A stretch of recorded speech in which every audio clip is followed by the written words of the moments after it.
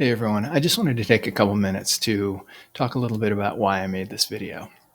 Over the last 10 years, I've been doing a lot of shadow work, some deep depth psychology, and I've been wondering how to integrate that into my day-to-day life. How do I bring the spiritual or the metaphysical into the physical world so that I'm feeling productive, but also I'm feeling grounded and centered and closer to reality?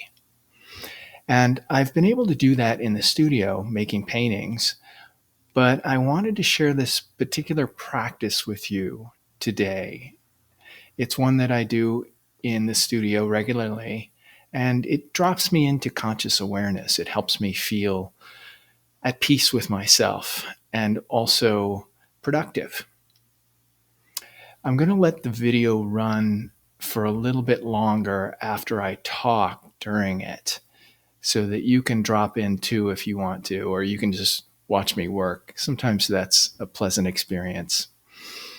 Either way, I'm glad you're here, and welcome to the Marvelous Now.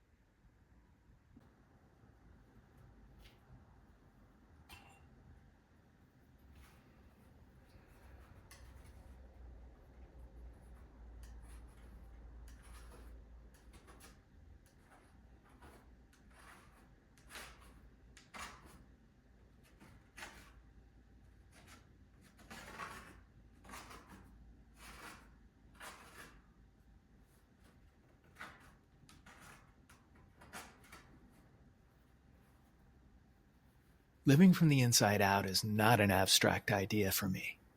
It's something I practice in the studio every day. Even in moments like this, cleaning a palette, wiping away old color, letting the surface breathe again. There's nothing dramatic about it, but this is where presence shows up for me, where I remember who I am and why I make art. The inside and the outside begin to line up. For years, most of my work happened internally, healing, untangling old patterns, learning how to be with myself, learning how to be with fear or shame or that vigilance that used to run everything. And that work mattered. It saved me. But there came a point when I could feel something shifting.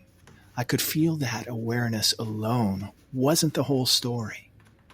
Something in me wanted to move, to act, to meet the world again from a deeper place. This little ritual on the palette is part of that. It's simple, slow, present.